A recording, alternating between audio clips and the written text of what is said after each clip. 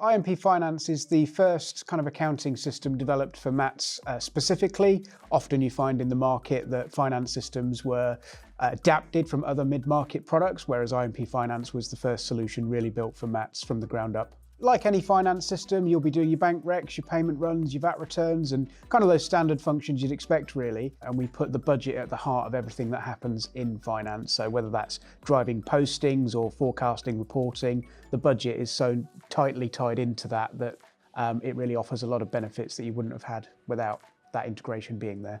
IMP Finance has a very flexible chart of accounts design, so we have multiple layers within that. Previously, you'd find maths are tracking lots of things on spreadsheets. All of that stuff can now come inside the database through our flexible analysis ledgers. We also structure things in a way that makes sense for maths. You know, a school is a well-defined thing within the system. It's not just some attribute that's been tagged onto the database. It's actually there, it's part of the database in the way that you'd expect a school to be set up. We really recognise the MAT in the database. The MAT is the driving factor. The schools are dimensions of the MAT. They're really important dimensions that we've defined, but they're not separate cost centres, separate entities. They are really one part of that one MAT system. Really, the benefits range far and wide, from the finance team to head teachers to kind of stakeholders in the organisation. And again, because we've got the budget at the heart of everything in IMP Finance, you know, if you're a finance person, you've got a reliance that the coding is all correct because it's driven from the budget. If you're a stakeholder and you're running a report to understand how much money you've got left to spend, you've got real kind of belief in that number being right, again, because of how tightly connected the systems are.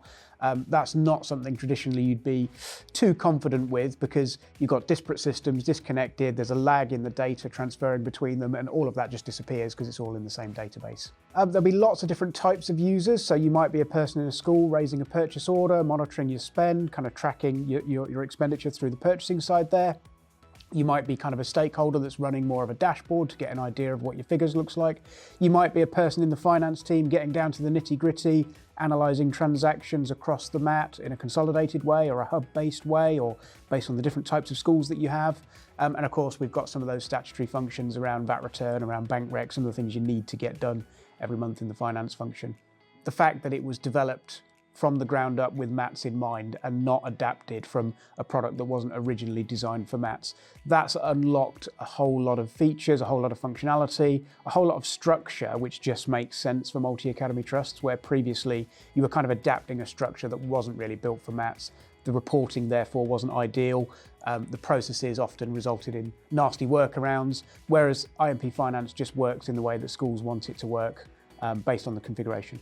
Again, it's all about this one system, one unified platform. If you think about a purchasing system, a finance system, a budgeting system, they all have lots of shared bits of data. And actually, if they're not all in the same database, yes, you may get some efficiencies from each of those systems individually, but you almost lose all of that by having to transfer data between systems, manage integrations, ultimately deal with those inconsistencies. But if they're all in the same database, then all of that goes away and you can just get on with the meaningful work of using these systems for what they were designed for, not trying to maintain them.